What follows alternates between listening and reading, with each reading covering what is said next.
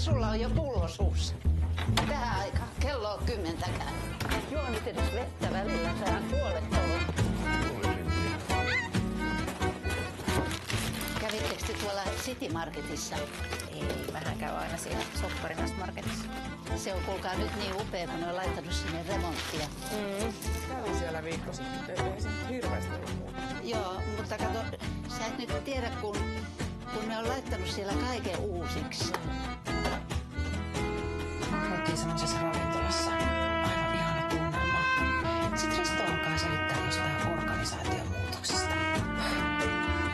Katoin sinne auringonlaskuun ajattelin, että oli nyt tässä. Kohtaa aika sun ekalle tyttökaverille. Voisin olla poikakaverikin.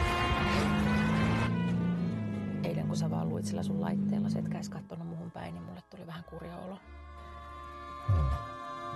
Lauri, mieti vähän mitä sä teet sun perheelle.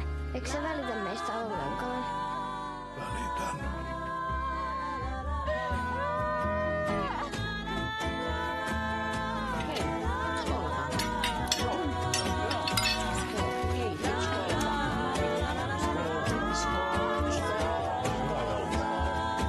Meillä on ristimme kaikilla tietysti.